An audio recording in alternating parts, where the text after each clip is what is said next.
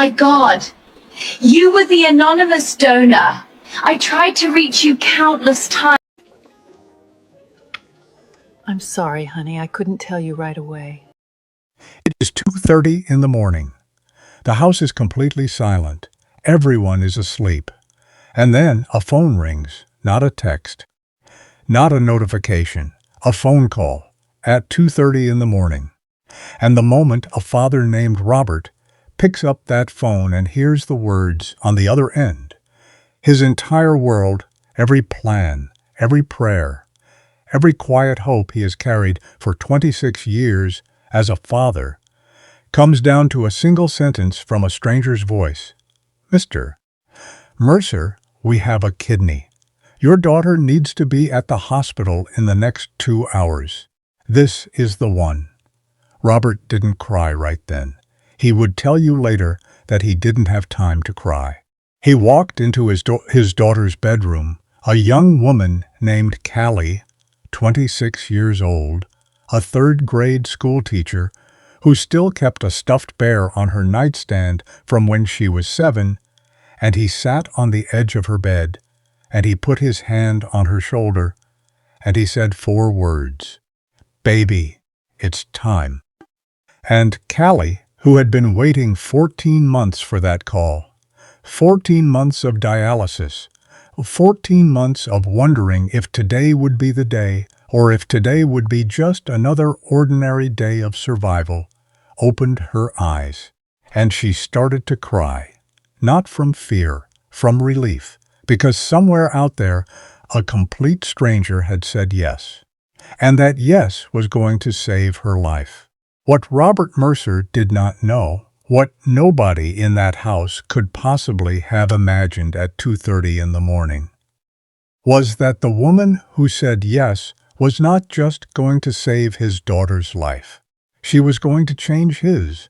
And in a few years' time, that same woman, that anonymous stranger who gave a piece of herself with a person she had never met, would be sitting at their Thanksgiving table, carving turkey, laughing at Robert's terrible jokes, and the whole family would be calling her Mom.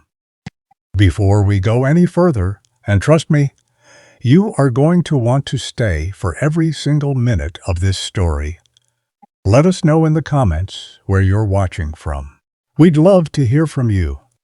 And don't forget to hit that subscribe button so you never miss any of our upcoming videos. Because the story you are about to hear is one of the most extraordinary true stories we have ever told on this channel. And it only gets more unbelievable from here. To understand how any of this happened, you have to go back. You have to go back to a small town in Tennessee, a place where the roads are narrow, the neighbors wave at you whether they know you or not, and the local diner has been serving the same biscuits and gravy since 1974. This is where Callie Mercer grew up. Population just over 4,000. One high school. One stoplight at the main intersection. The kind of American town that people from big cities romanticize in movies but rarely bother to actually visit. Callie was born here. She was raised here.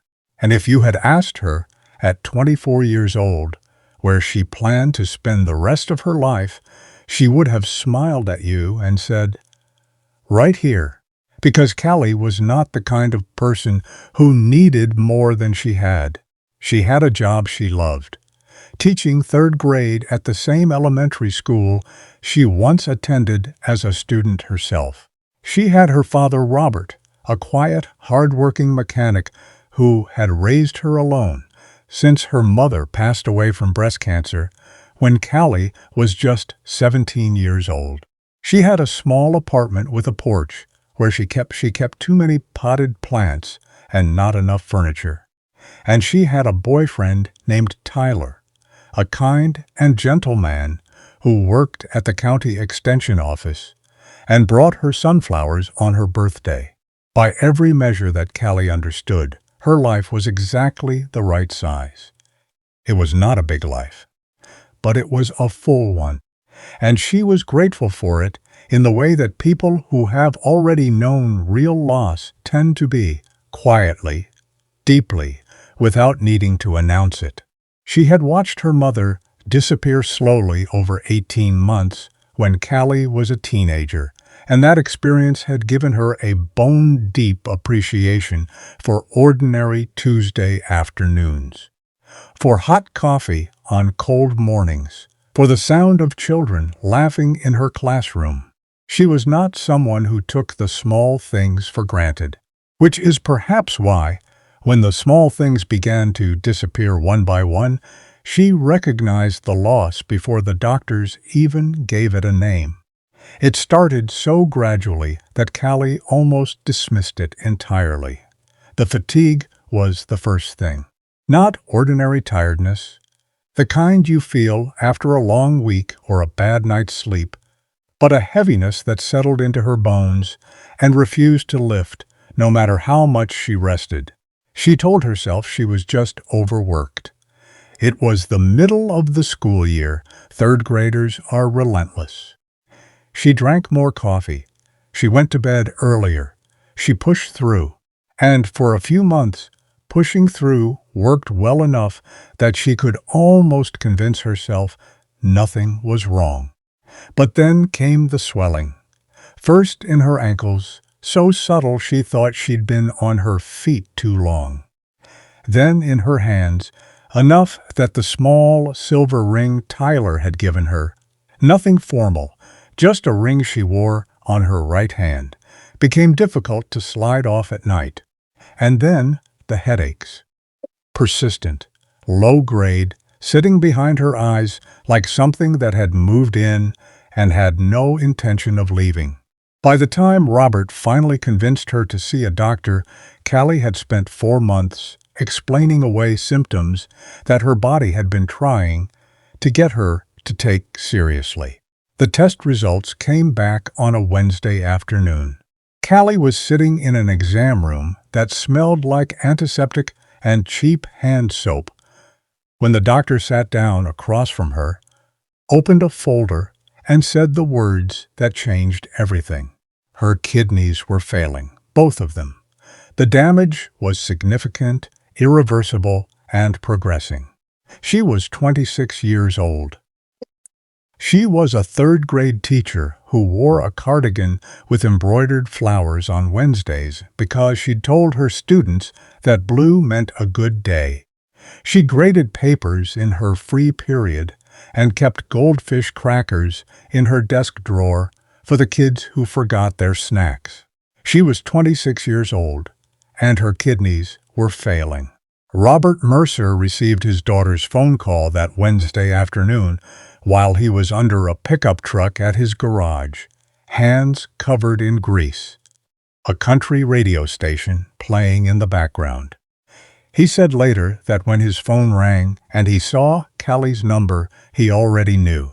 He did not know the details, but he knew, the way parents sometimes know, that something had cracked open. He crawled out from under that truck. He wiped his hands on a shop rag, he answered. And he listened while his daughter, 26 years old, and sitting alone in a doctor's office, told him that her kidneys were failing. He did not cry on the phone. He would not cry in front of her, not then, not for a long time, because Robert Mercer was the kind of man who understood that his daughter needed a rock more than she needed a mirror. He told her he was coming. He told her everything was going to be all right. He drove to that clinic in 11 minutes when it should have taken 20, and when he walked into that exam room and saw Callie sitting on the exam table in her teacher clothes, wearing that blue cardigan with the small embroidered flowers on the collar, he sat down beside her and put his arm around her. And then he asked the doctor the question that was already forming in the back of every thought he'd have for the next 14 months. What does she need? And how do we get it? The answer was a kidney. A living donor kidney, if possible. because kidneys from living donors last significantly longer than those from deceased donors. And at 26 years old, Callie had a great deal of living left to do. Robert was tested immediately. He was not a match. His blood type was wrong. His tissue markers misaligned in ways that made compatibility impossible. Callie's aunt was tested next. Not a match. A cousin. Not a match. Tyler, her boyfriend, volunteered without hesitation, rolling up his sleeve before anyone even asked. Not a match. The family cast the net as wide as it could reach, and the net came back empty every time, which meant Callie's name went onto a list, a very long list, a national list of people who are waiting right now as you watch this video for a stranger to say yes. On any given day in the United States of America, over 100,000 people are waiting for a kidney transplant. 100,000 human beings, each one of them someone's daughter, someone's father, someone's best friend, someone's whole world, sitting in dialysis centers 3 times a week, 4 hours a session, watching their blood cycle through a machine and come back cleaner than their own body is capable of making it. According to the National Kidney Foundation, fewer than 17,000 people receive a kidney transplant each year. Fewer than 6,000 have come from living donors. And of those living donors, fewer than 200 are altruistic strangers, people with no connection whatsoever to the person they are saving. Callie became one of the 100,000 waiting, and the waiting began. Dialysis is one of those medical realities that healthy people rarely think about until someone they love needs it. It is not a cure. It is not even close to a cure. It is a bridge, a way of keeping a person alive while their body does the work it can no longer do on its own. 3 days a week, Callie drove herself to a dialysis center 40 minutes from her apartment. She sat in a reclining chair for 4 hours. She read. She graded her students' papers. She listened to audiobooks. She watched the clock. She drove herself home. She was exhausted in a way that sleep could not fix, because the exhaustion was not in her muscles or her mind.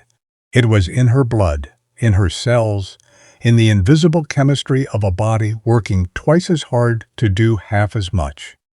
She continued teaching for as long as she possibly could, because the classroom gave her a reason to get up every morning that transcended the needle and the chair and the fluorescent lights of the treatment center. Her students did not know what was happening. She did not tell them. She brought in lesson plans about the human body that month, the heart, the lungs, the kidneys, and if she lingered a little longer on the kidney diagrams than the curriculum strictly required, not one of her 8-year-olds noticed. Tyler stayed. He was there at every treatment when his work schedule allowed, sitting beside her with terrible magazines and fast food she was no longer supposed to eat, and the simple, solid presence of someone who refused to leave. For a while, that was enough. For a while, they managed, but the months accumulated. The waiting list barely moved, and the weight of uncertainty, of not knowing if the call would come in a week or a year or never, began to press on everything, including the relationship that had been Callie's most reliable source of warmth. Tyler loved her. That was never in question. But loving someone through a long illness is its own kind of endurance test.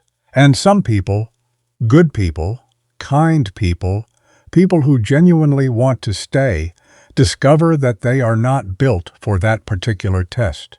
By month 8 of the wait, Tyler had begun pulling back in the small ways that people pull back before they go. By month 11, he was gone. He left quietly, apologetically, with his head down and his hands in his pockets, and Callie sat on her porch that night and watched the headlights of his truck disappear down the road and did not cry. Not because she wasn't heartbroken, but because she had already cried so many times in those 11 months that grief had become familiar. And familiar things, no matter how painful, stop having the power to surprise you. Her father, Robert, who had driven over the moment Tila's truck cleared the driveway, sat with her on that porch until midnight, without saying a single word. He just sat there, solid and steady, the way he had always been, the way he had been since the night he sat on the edge of a hospital chair when Callie's mother was still in surgery and held his daughter's hand and told her that the two of them were going to be just fine no matter what happened. That was his way. He showed up. He stayed. He did not offer solutions when there were none to offer. He just sat there on that porch with his daughter in the dark, and that was enough.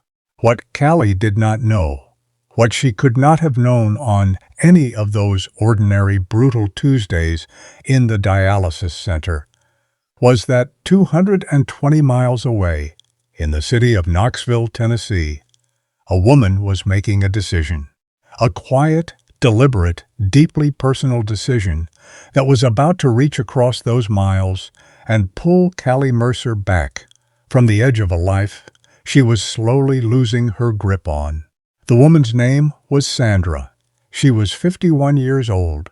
She was a retired nurse who had spent 24 years working in hospital systems across the Southeast, the last 8 of them in a transplant unit, where she had watched more people than she could count arrive on stretchers and leave either on their feet or not at all. Sandra was not dramatic. She was not the kind of person who made sweeping gestures or announced her intentions to large audiences. She was practical, precise, and possessed of a nurse's particular relationship with mortality. The one that strips away the comfortable abstraction most people maintain between themselves and the fact that life is finite, fragile, and completely indifferent to how ready you are for it to end. She had been divorced for 6 years.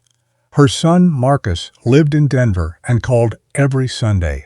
She kept a garden in the small backyard of her Knoxville home, volunteered twice a month at her church's food pantry, and had lately been sitting with a question that she had been circling for the better part of 3 years without ever quite landing on an answer. The question was this: she had 2 functioning kidneys. She needed one. Somewhere in America, people were dying, waiting for the other one. She was healthy. She was eligible. She had the medical knowledge to understand both the risk and the reality of what donation involved. So why exactly was she still waiting? She did not have a good answer. And the absence of a good answer was, in Sandra's particular moral logic, itself a kind of answer. She thought about the patients she had sat with over 24 years. The ones who had gotten the call in time, the ones who had not. She thought about a 22-year-old young man she had cared for in her last year of nursing, a college student who had been on the transplant list for 3 years, who had been so close to the top of the list when his body gave out. She had thought about him more times than she could count in the 6 years since she retired. She thought about the note pinned above her kitchen sink, one she had written herself years before, during a particularly difficult week when everything felt hard and nothing felt purposeful. The note said simply, "Do not wait for the perfect time. The perfect time does not exist." In the spring of the year that Callie Mercer's name went on to the national transplant list, Sandra called a transplant coordinator at the University of Tennessee Medical Center and said she wanted to be evaluated as an altruistic living kidney donor. Altruistic, meaning she had no specific recipient in mind. She was not donating for a family member or a friend or a neighbor. She was donating for whoever the matching system determined needed her kidney the most. She was donating for a stranger. She asked for one thing in return. She asked to remain completely anonymous. She did not want to know the recipient's name. She did not want letters or phone calls or arranged meetings. She wanted to give what she had to give, and she wanted to carry the knowledge of what she had done as a private thing. Not a secret born of shame, but a private thing born of conviction. She believed in the way that people of deep faith sometimes believe, that a good deed requires no audience to be real. The matching process took 4 months. Sandra passed every physical evaluation, every psychological screening, every blood panel and tissue marker and compatibility test the transplant team put in front of her. She was, in the clinical language of the transplant world, an ideal candidate, strong, healthy, motivated for the right reasons, no pressure from family, no financial incentive, no unresolved psychological agenda. Just a woman who had spent a career watching people die waiting and had decided at 51 that she was done waiting for a more convenient time to do something about it. Her son Marcus found out 3 weeks before the scheduled surgery during one of their Sunday phone calls. He was not pleased. He was not angry exactly, but he was frightened in the way adult children are frightened when they discover their parents are capable of acts of bravery that exceed what the child is emotionally prepared to handle. He pushed back. He asked all the reasonable questions. What if something went wrong? What if she needed that kidney herself one day? What if? And Sandra listened to every single question, and she answered each one with the patience of someone who had already worked through them all herself during the 3 years she spent circling this decision before finally landing on it. And then she said to her son, "Marcus, I have 2 kidneys. Someone out there has none. The math is not complicated." He went quiet on the phone for a long time after that, and then he said, "Okay, Mom," and he booked a flight to Knoxville so he could be there when she went into surgery. Because that is what people who love each other do. They push back when they're scared, and then they show up anyway. The surgery was scheduled for a Thursday in October. It was a paired transplant, which meant that the logistics were coordinated between 2 hospital systems simultaneously. Sandra at the University of Tennessee Medical Center in Knoxville, and Callie 220 miles south at a medical center in Nashville where the recipient surgery would take place. The transplant team had been planning this for weeks. The OR schedules were synchronized. The surgical teams were briefed. And on Wednesday evening, the night before the procedure, 2 women who had never spoken, never exchanged a single word, and had no idea the other existed, went to sleep in 2 different hospital rooms, in 2 different cities, connected by nothing more and nothing less than the decision one of them had made to give something away. Callie had gotten the call at 2:30 in the morning, the way we described at the very beginning of this story. Her father had answered. He had driven her to the hospital in the dark, through empty roads and a sky so clear and cold the stars looked almost too close.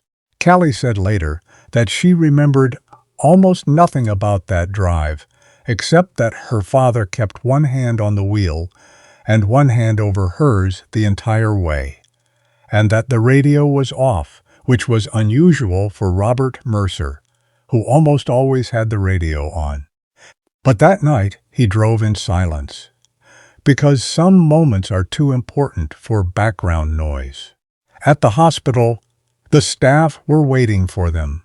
There were forms and assessments and the kind of efficient, organized urgency that comes when a transplant team has been preparing for this particular morning for weeks. Callie was prepped. An IV line was placed. A nurse with kind eyes and a steady voice explained every step of what was about to happen. And Robert sat in the waiting room alone, because that's the only option available to the people who love the person on the table, with a cup of bad coffee and a hospital chaplain who offered to sit with him, and whom Robert initially waved off before quietly accepting 10 minutes later. He bowed his head. He did not pray out loud, but he prayed. Meanwhile, in Knoxville, at almost the same hour, Sandra was also being prepped for surgery. Her son Marcus sat beside her bed, holding her hand with both of his and trying very hard not to let his face show the fear he was carrying. She told him he was doing a terrible job of hiding it. He laughed. She laughed. The surgical team moved around them with quiet professionalism. And at some point, a nurse asked Marcus to wait outside, and he kissed Hasselmother's forehead and squeezed her hand one more time and walked out into the corridor. Sandra lay on her back and stared at the ceiling tiles and felt, she would say later, an extraordinary stillness. Not the stillness of emptiness, the stillness of completion, of having arrived finally at the place you were always meant to be. She did not know the name of the woman who was going to receive her kidney.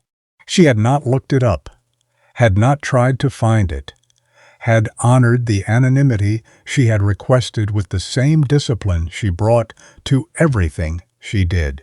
She was giving her kidney to a stranger, and that was precisely the point.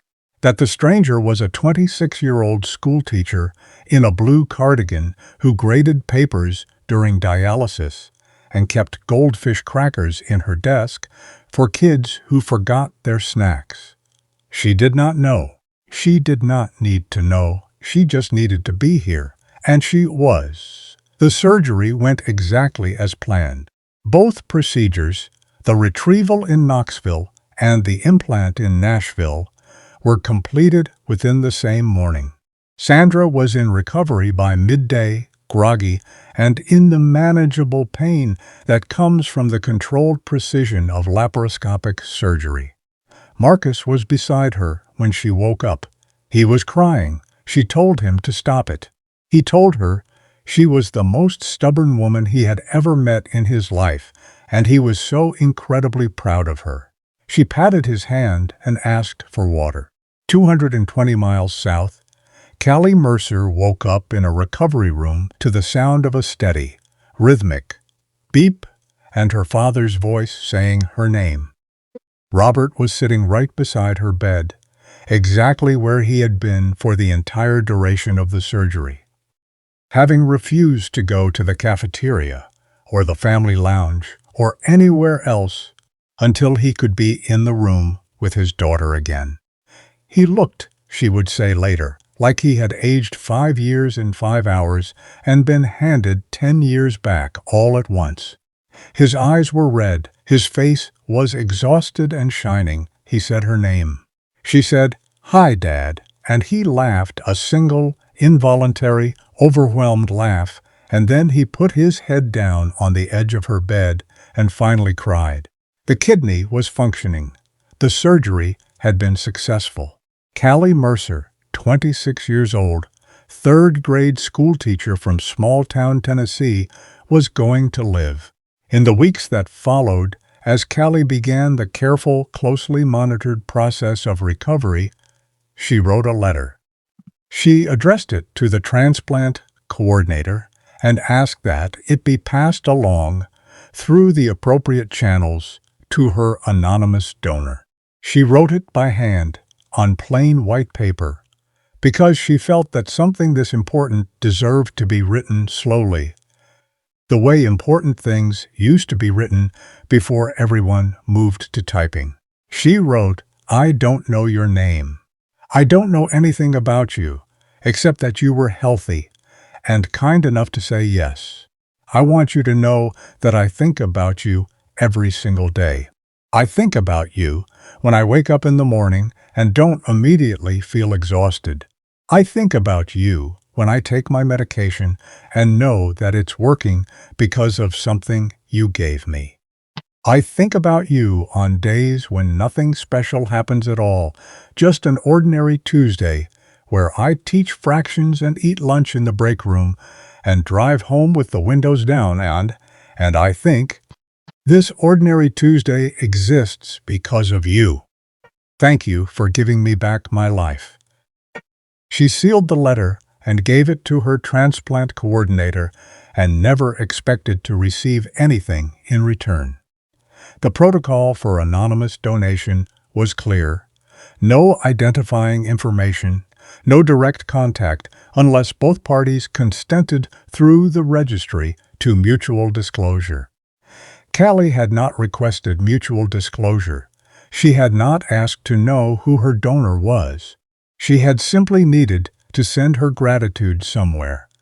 Into the silence, the way you sometimes need to say a prayer, knowing you won't receive a verbal response, but needing to say it anyway. Sandra received the letter 3 weeks after her own discharge from the hospital. It arrived in a plain envelope from the transplant coordinator's office, marked simply as correspondence from the recipient. Sandra was sitting at her kitchen table when she opened it. She read it once. Then she read it again. And then she folded it carefully along its original creases and held it in both hands for a long time. Her son Marcus called that evening on their Sunday schedule, and she told him a letter had arrived from the recipient. He asked if she was all right. She said yes. He asked what the letter said. She told him it said thank you in the way that only someone who truly means it knows how to say. Marcus was quiet for a moment and then said, "Mom, that's everything." And she said, "I know." She put the letter in a shoebox that she kept on the top shelf of her bedroom closet.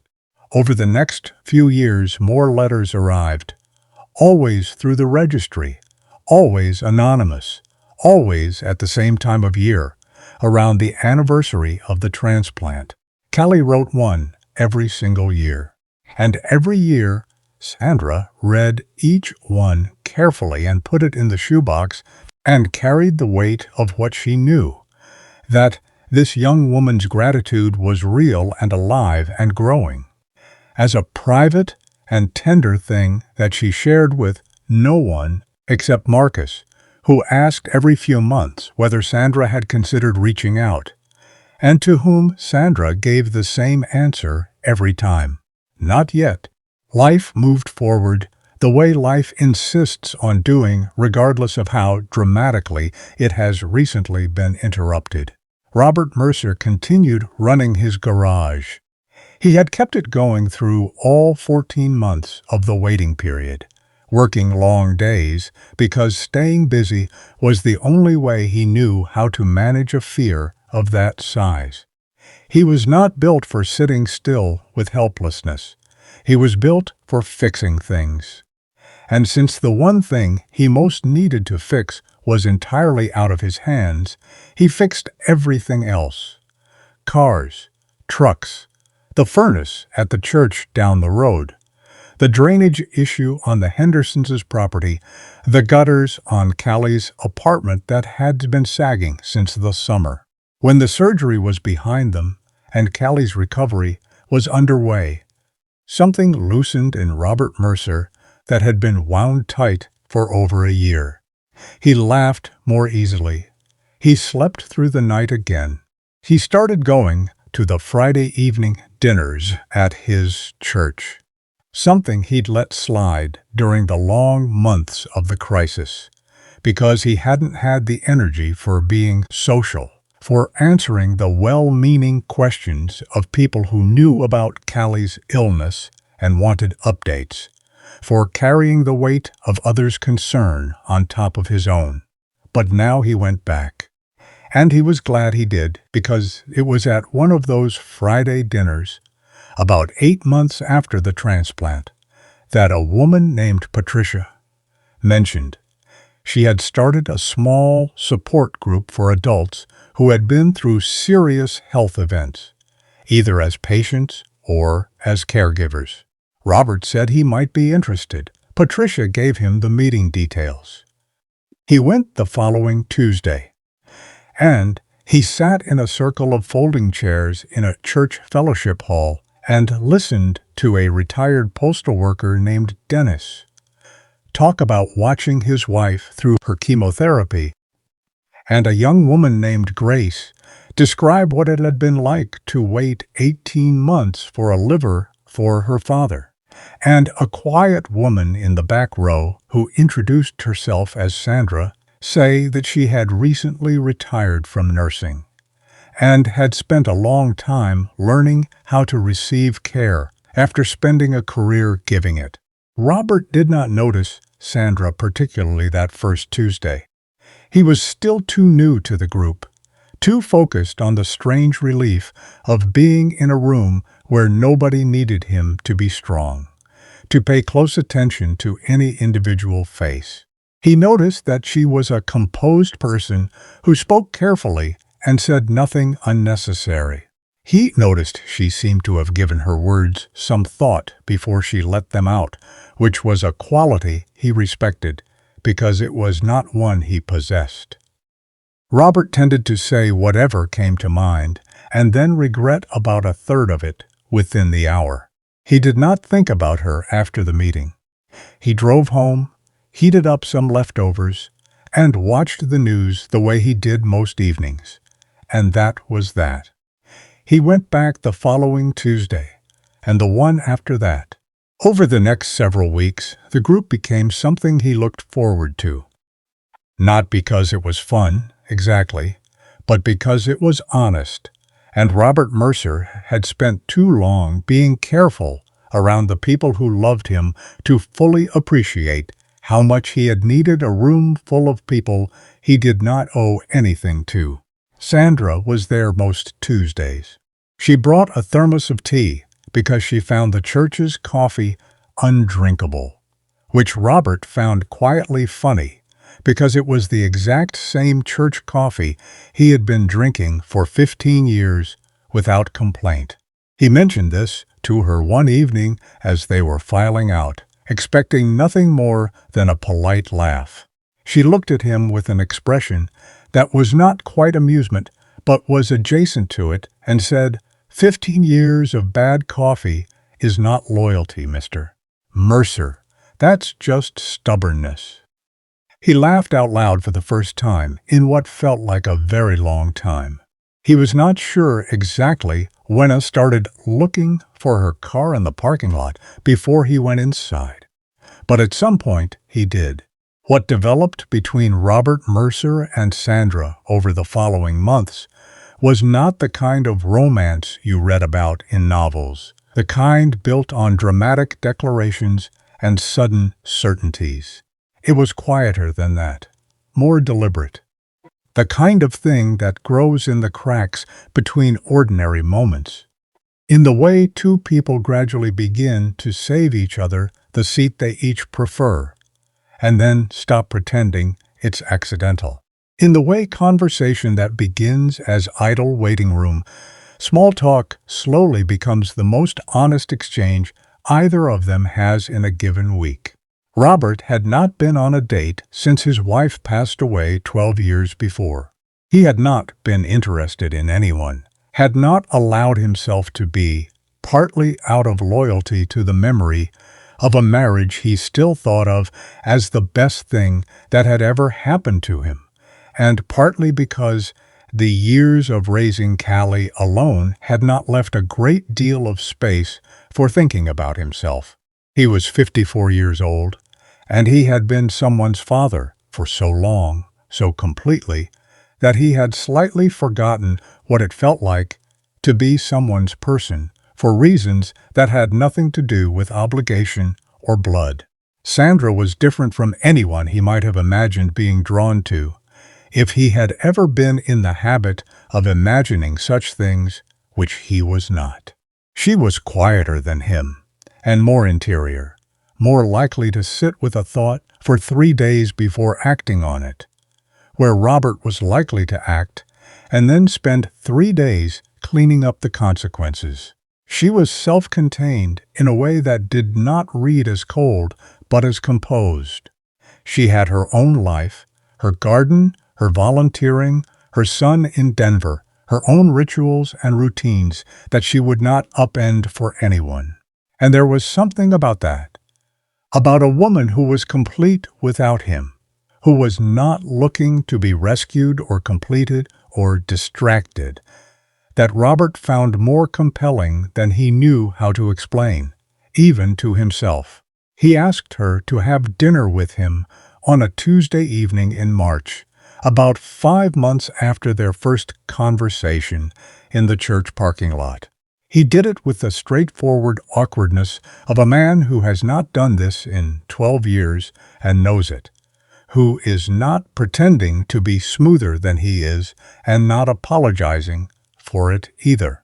He said, "I'd like to take you to dinner sometime, if that's something you'd be open to." She looked at him for a moment and then said, "I'd like that." They went to a steakhouse in town that had been there since before either of them could remember. They talked for 3 hours. They talked about their children. Robert about Callie's transplant, the 14 months of waiting, the phone call at 2:30 in the morning, the way it had reorganized every assumption he'd held about what mattered and what didn't.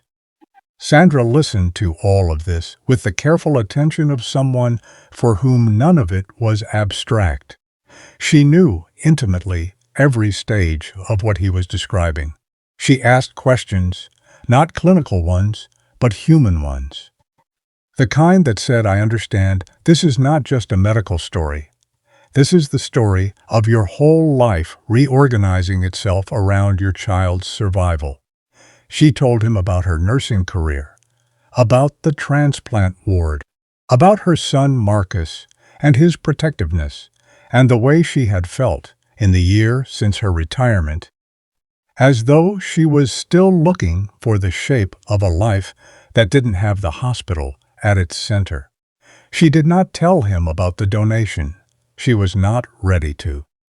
And the reason she was not ready had nothing to do with deception and everything to do with the fact that she was still working out what that information meant in the context of a new person, a new beginning, a room she had not expected to be standing in. She went home that evening and sat in her kitchen for a long time in the quiet, thinking about Callie's letters, about the shoebox on the top shelf, about the distance between what she knew and what Robert knew, and what that distance would eventually require of her. Callie Mercer, meanwhile, had been rebuilding her life with the same determined, practical energy that had gotten her through the 14 months of waiting. Her recovery from the transplant had gone well, her body accepting the new kidney with what her transplant team described as remarkable ease, her numbers improving steadily through every follow-up appointment, her energy returning in stages over the first 6 months, until one morning she woke up and realized she had not thought about being sick before she got out of bed. She was teaching again, full-time, back in her classroom with her third graders, and her goldfish crackers and her blue Wednesday cardigan. She had moved into a slightly larger apartment, one with a bigger porch, which she needed because the potted plant situation had escalated considerably during her recovery period. When friends and former students' parents had sent so many plants that she'd had to start grouping them by size just to find a path through her living room.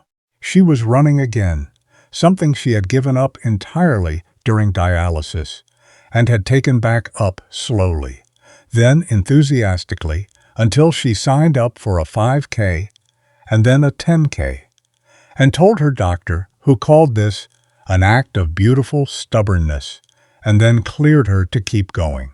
She was, by any honest measure, happy, not the brittle, self-conscious happiness of someone who is performing gratitude because they know they ought to feel it, but the real kind, the kind that shows up in small moments and doesn't need to be announced.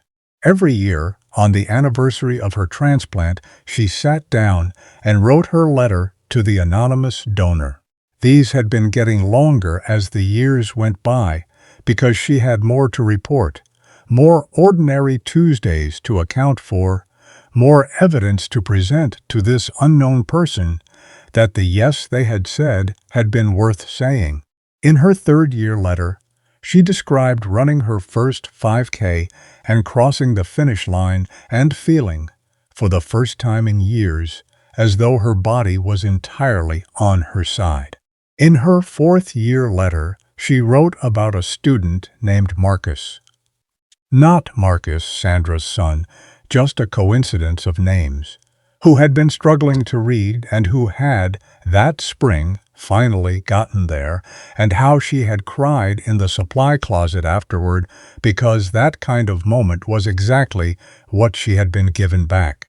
She did not know that every one of these letters arrived at a house in Knoxville and was read carefully and put in a shoebox and carried like a small, warm secret by a woman who was now sitting at a steakhouse in Tennessee on a third date with Callie's father and wondering how long she could keep the distance between what she knew and what she hadn't yet said.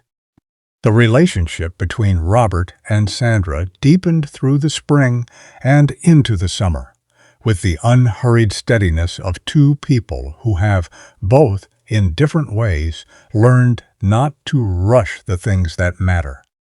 He met Marcus over a video call when Marcus came home for a weekend visit in July, and Marcus, who had been cautiously protective of his mother's peace since the divorce, studied this quiet mechanic from small-town Tennessee, and eventually, over the course of a barbecue that ran 4 hours longer than planned, decided that he liked him. Sandra, for her part, had been introduced to Callie in concept many times before she met her in person, because Robert talked about his daughter the way parents talk about children they are genuinely proud of, not with the reflexive bragging of someone performing parenthood, but with the particular warmth of someone who has been frightened of losing a person and learned, through that fear, exactly how much they love them. Sandra knew that Callie taught third grade. She knew that Callie had a porch full of plants and a dog named Biscuit she had adopted 6 months after the transplant. She knew that Callie ran 5Ks now and had once, according to Robert, finished a race and immediately called him to say, "Dad, I want to do a half marathon," to which Robert had responded, "You could maybe take a breath first."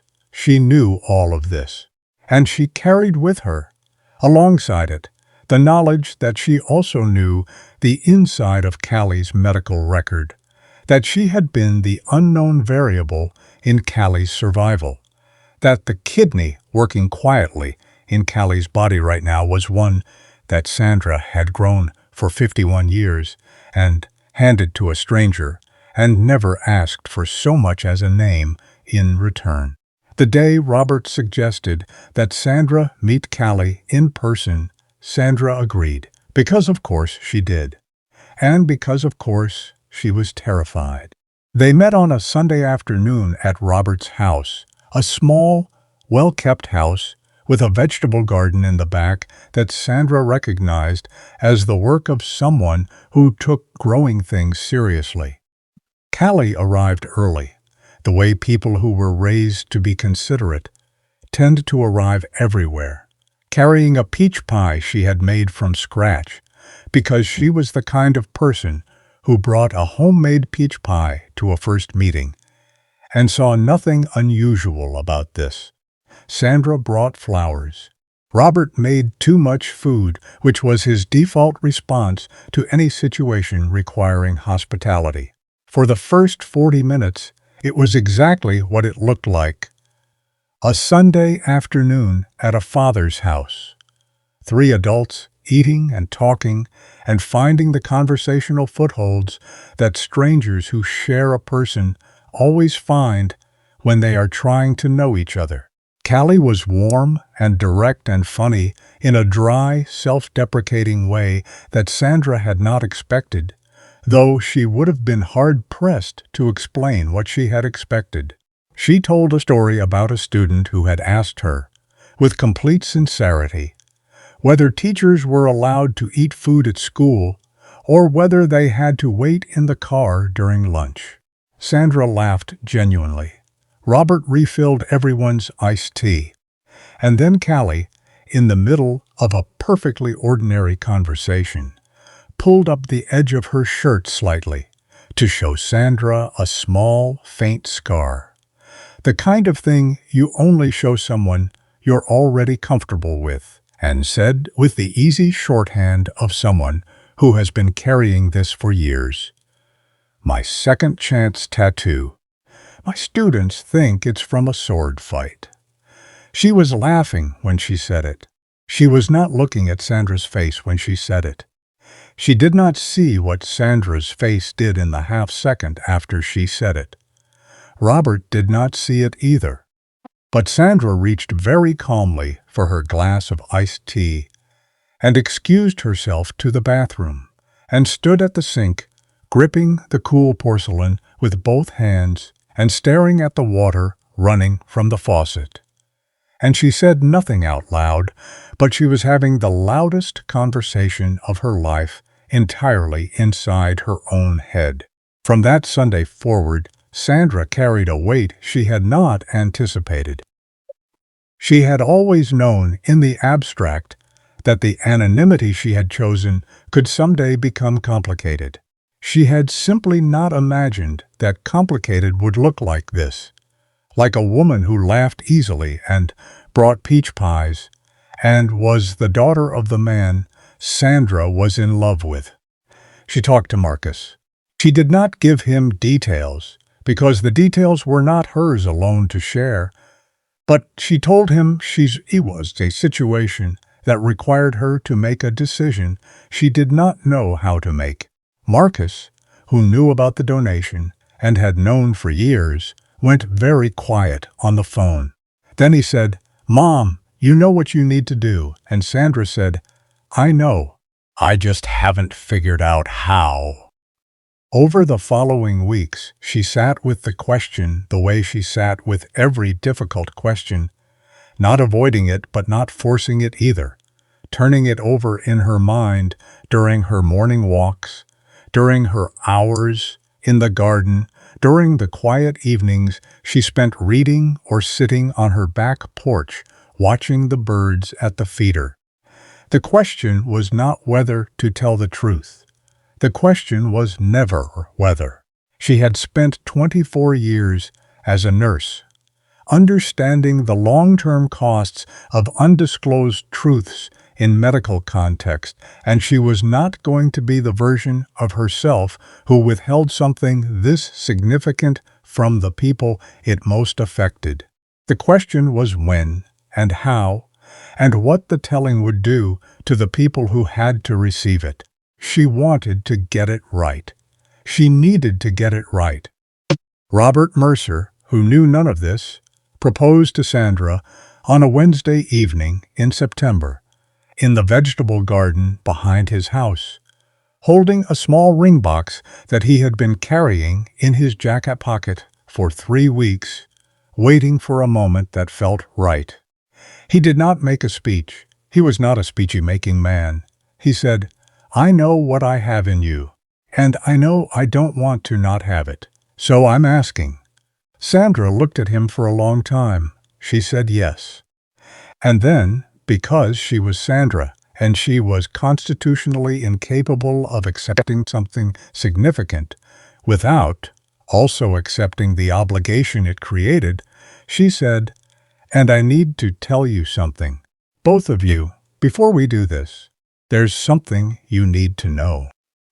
Robert, who had lived long enough to understand that those words are never followed by something small, sat down on the garden bench, and Sandra sat beside him and told him the first part, that there was something about herself, about her history, that involved Callie, that she had not shared because she had not known how to share it, and because the circumstances under which it had occurred had required, and still technically required, her silence. She told him she needed to tell Callie first. He did not press her for more information that night. He sat with what she had given him, which was the fact of a secret that was not malicious, and the promise of an explanation, and the request that he trust her long enough to receive it properly. And he said, "Okay," because Robert Mercer was not a man who needed to be in control of everything. He was a man who knew how to trust the people he loved while they found their way to the truth. Sandra called Callie the following week and asked if she wanted to have dinner, just the two of them.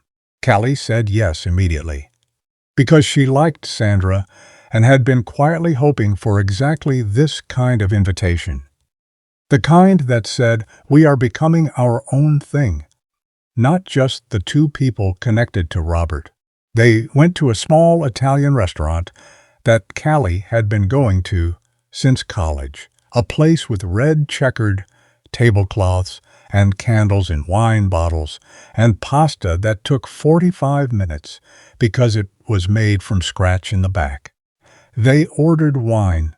They talked about Callie's students, about Marcus's new job in Denver, about Robert's recent and completely unsuccessful attempt to grow tomatoes in his garden, which had resulted in what Callie described as $8 of dirt and one tomato the size of a marble.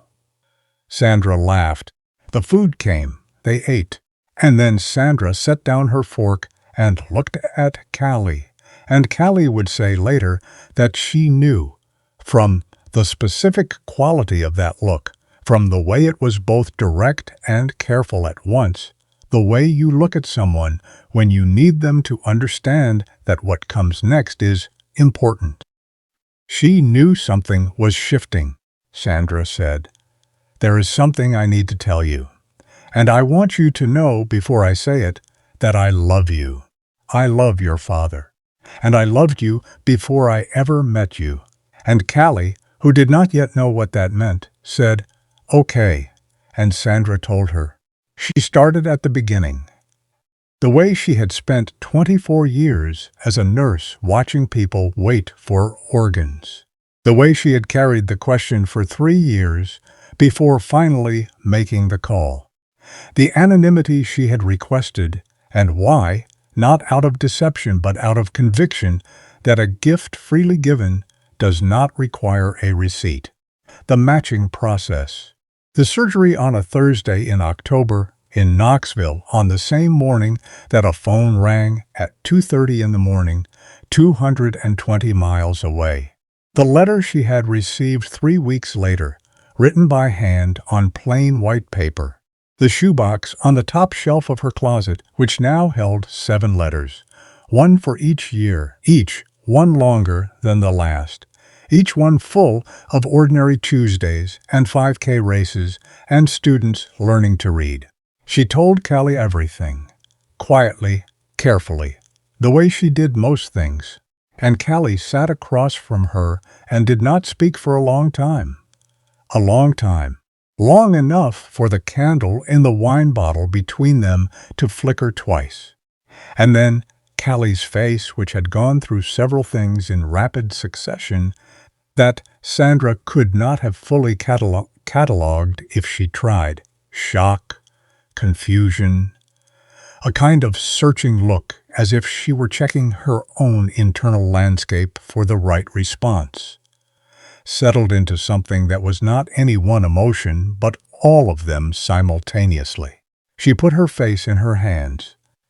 She stayed that way for what might have been 30 seconds or 3 minutes, and when she lifted her face again, her eyes were full of tears, and she was laughing. She was laughing and crying at the same time in the completely unself-conscious way of someone experiencing a feeling that has outgrown the capacity of any single expression. And then she reached across the table and took Sandra's hand. The same gesture, though she did not know it yet, as the one that had opened this story, the one that the camera had lingered on without context, while the narrator asked you to trust them and stay. And she held it. Callie said, "You were the one. All this time. All those letters. You were the one who was reading them." Sandra said, "Every single one." And Callie said, "I wrote to you every year, not knowing if it was going to anyone at all. Not knowing if the letters just ended up in a file somewhere. I needed somewhere to put it. And you were there. The whole time you were there." Sandra said, "I know, and I'm sorry it took so long for you to know I was there. I'm sorry I couldn't tell you sooner. I couldn't find the right door." Callie squeezed her hand. She said, "You found it. They stayed at that restaurant for 2 more hours. They ordered dessert and then more wine, and they talked, really talked, in the way that 2 people talk when the scaffolding of formality has been stripped away by something too large to pretend around." Callie asked about the surgery. Sandra described it. The preparation, the morning of waking up with Marcus beside her, the particular feeling of recovery from a surgery you chose to have, which is a different kind of pain from the kind that is imposed on you. Callie described the recovery on her side. The first morning she woke up and her body felt different, cleaner, somehow more like a body than it had felt in years. Sandra nodded. She understood. They paid the check. They sat in the parking lot for another 30 minutes, neither of them ready to end the conversation. And eventually Sandra said, "I think we should go tell your father." And Callie said, "I think we should go tell my father." And they drove to Robert's house in separate cars, headlights trailing each other through the dark Tennessee roads. The way 2 people move when they have just become, irrevocably and permanently, each other's family.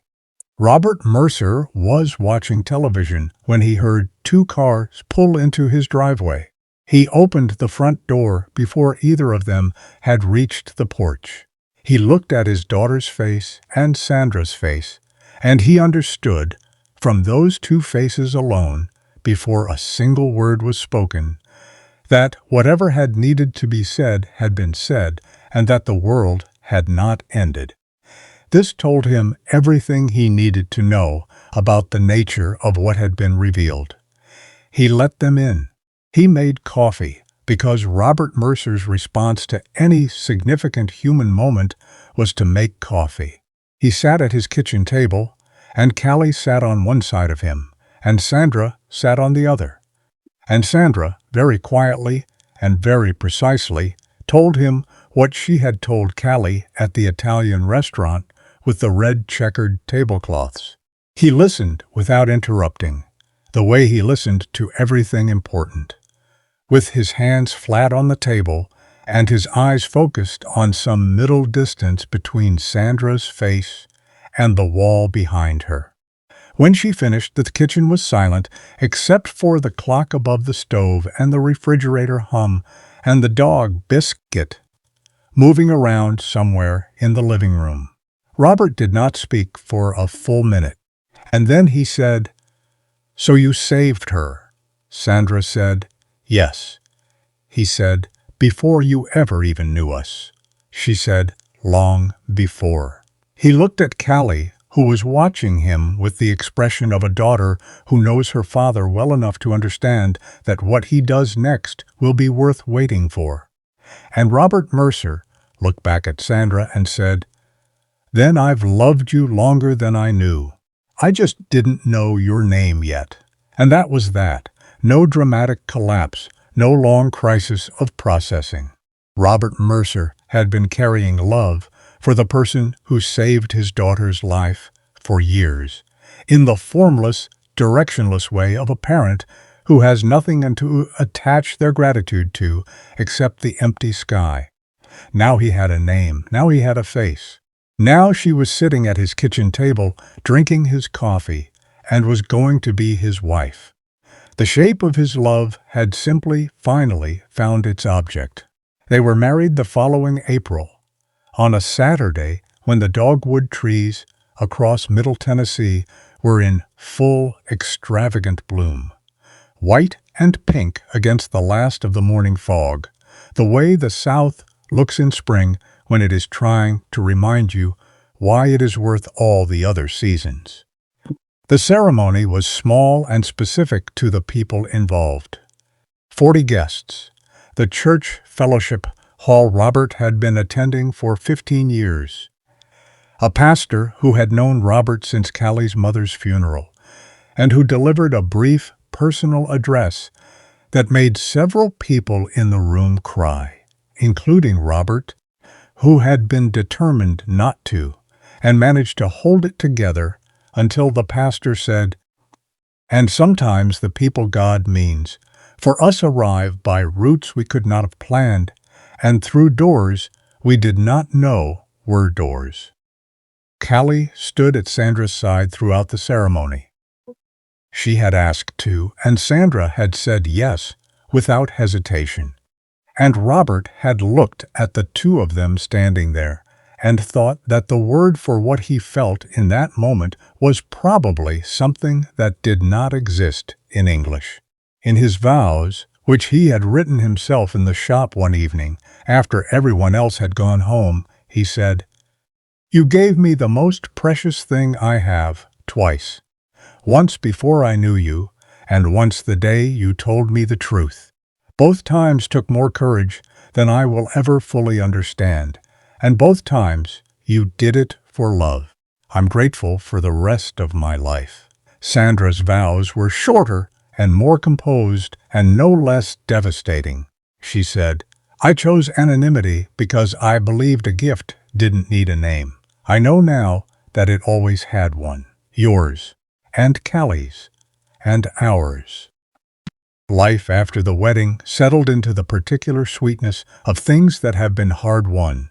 Robert and Sandra kept both of their houses for the first year, each of them traveling between Knoxville and the Tennessee town they had fallen in love in, before eventually agreeing that they preferred the smaller town, the garage, the church with the bad coffee, the Friday evening dinners, and the Tuesday night support group, where they had found each other.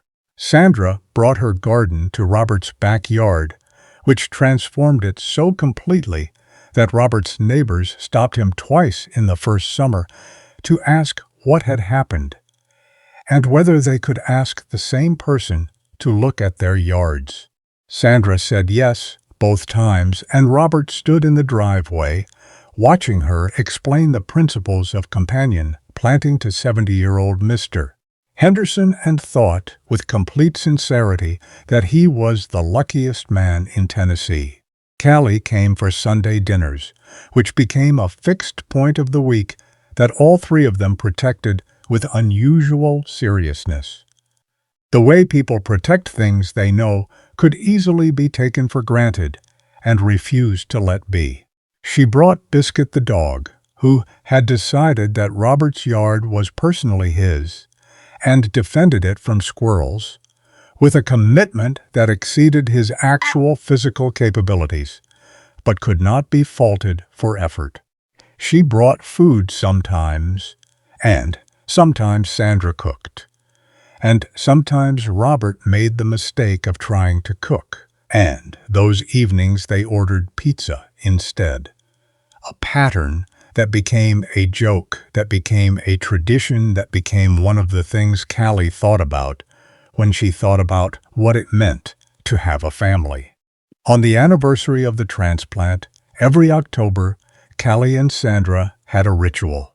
They went to the Italian restaurant with the red, checkered tablecloths, the same one where Sandra had told the truth, and they ordered wine and pasta and the tiramisu that was too large for 2 people, and they ate it anyway. And Callie brought the letters. All of them, now nearly a decade's worth, retrieved from the shoebox that Sandra had passed along after the wedding, and that now lived on a shelf in Callie's apartment between a photo of her mother and a ceramic donkey she had bought at a craft fair in Gatlinburg for no reason she could explain. She read them aloud, one by one, from the beginning, from the stilted, trembling gratitude of the first letter, which she had written 3 weeks after surgery, still not entirely sure her body was going to keep its agreement with the new organ. Through the increasingly confident reports of later years, the 5K, the class of 3rd graders, the ordinary Tuesdays, the windows down, drives home. Sandra listened to every word. She had read them so many times she knew most of them from memory.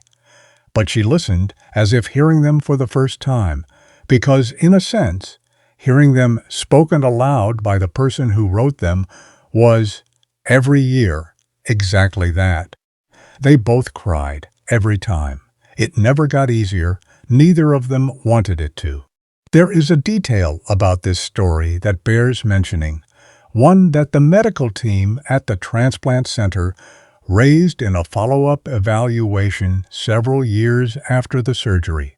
When Sandra and Callie's records were reviewed together, something that had never happened before the identity disclosure, for obvious reasons, the transplant team noted something that had been buried in the original matching data. Sandra and Callie shared a rare genetic marker, a tissue compatibility variant present in fewer than 3% of the population, that almost certainly contributed to the exceptional long-term function of the donated kidney. In a random altruistic donation, a stranger matching to a stranger. No relationship, no connection, just the blind mechanics of the matching algorithm working through a database. The odds of that particular genetic overlap occurring were, according to the transplant coordinator who reviewed the file, in the range of 1 in several million. The transplant coordinator, a precise and clinically careful woman who had spent 20 years being careful about not using words like miracle in medical contexts, looked at the records and then looked at Callie and Sandra sitting across her desk at a follow-up appointment and said, with careful scientific understatement, "I don't know what to tell you, except that this was very unusual, and that in 30 years I have not seen an outcome quite like this one." Sandra looked at Callie. Callie looked at Sandra. Robert, who had insisted on coming to this particular appointment, looked at both of them. And nobody said anything, because some things do not need to be said to be completely understood. There is a version of this story that is about medicine, about the extraordinary science of transplantation, about waiting lists and surgical precision and compatibility algorithms, and the institutional infrastructure that makes it possible for one person's kidney to become another person's survival. It is a remarkable story in that version. There is a version that is about coincidence, or fate, or the particular theology of a retired nurse who believed that good deeds require no audience and discovered that the universe had a different opinion. That version is remarkable in its own way too. But the version we keep coming back to, the one that sits with us after the credits roll After the facts have been presented, and the records reviewed, and all the clinically remarkable details have been duly noted, is smaller than either of those. It is the version about a woman who stopped waiting for the perfect time and made a phone call. About a father who sat on a garden bench and said, "Okay," when someone he loved asked him to trust her. About a young woman who kept writing letters into the silence year after year, not knowing if they landed anywhere, not knowing if the person she was thanking could hear her, just needing to put the gratitude somewhere because it was too large to keep entirely to herself. It is the version about the particular, irreplaceable quality of showing up for your child in a waiting room at 4 in the morning, for a stranger on an operating table in October, for a truth you are afraid of in a restaurant with red checkered tablecloths. The quality that Robert had, and Sandra had, and Callie had, and that, if this story does what the best stories do, might remind you watching this that you have it too. Callie Mercer still teaches 3rd grade.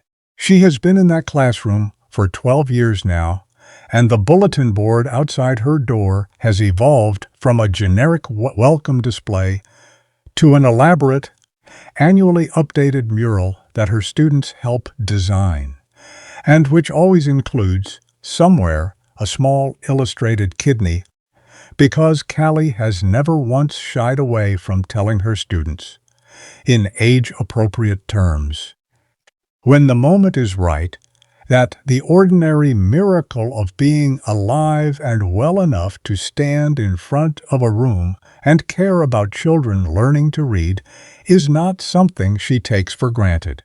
Her students do not entirely understand this, which is appropriate because they are 8 years old and the world has not yet given them reason to. But the seed is planted. Sandra retired from her 2nd career in social work 2 years ago and now volunteers full-time at a living donor advocacy organization, speaking at hospitals and community centers and transplant awareness events across the state, telling the story, their story, hers and Callie's and Robert's, not because it is dramatic or unusual, though it is both of those things, but because the most effective thing she knows to say to a room of people who might be considering donation is the simplest. It changes everything. Not just for the person who receives the kidney. For everyone. Robert's garage is still running. He still makes terrible coffee. He is still the kind of man who shows love by fixing things, and the list of things he has fixed for his family. Callie's gutters, Sandra's fence, the back door that never closed right, the drainage problem in the garden, the engine of Marcus's car when Marcus drove down from Denver and it started making a noise that Robert diagnosed before Marcus had finished describing it, is long and ongoing, and is, in its own way, the purest form of the story this has always been. A story about what people do for each other when they love each other. A story about a yes said into the dark by a woman who asked for nothing in return that became the architecture of an entire family's future. A story about the fact that sometimes, not always, not even often, but sometimes, the most extraordinary thing imaginable is hiding quietly inside an ordinary life, waiting to be found. If you made it to the end of this story, thank you. This is the kind of story that deserves to be sat with, not scrolled past. And we want to know, if you were in Sandra's position, would you have told the truth? Or would you have kept the secret and lived with the weight of it? There is no wrong answer. Drop it in the comments. We read every single one. And if this story moved you, if it reminded you of someone, or made you think about something you have been putting off, or simply made you feel the way the best true stories make you feel, Share it with one person who needs to hear it today. Because that is how stories like this one stay alive. That is how a woman in Knoxville who gave a kidney to a stranger and never asked for anything in return ends up being seen by millions of people who now know that what she did was possible, was real, and was worth doing. Hit that subscribe button if you haven't already. We have more stories coming. Stories about ordinary people who did extraordinary things when nobody was watching, and whose lives were changed by it in ways they never saw coming. We will see you in the next one.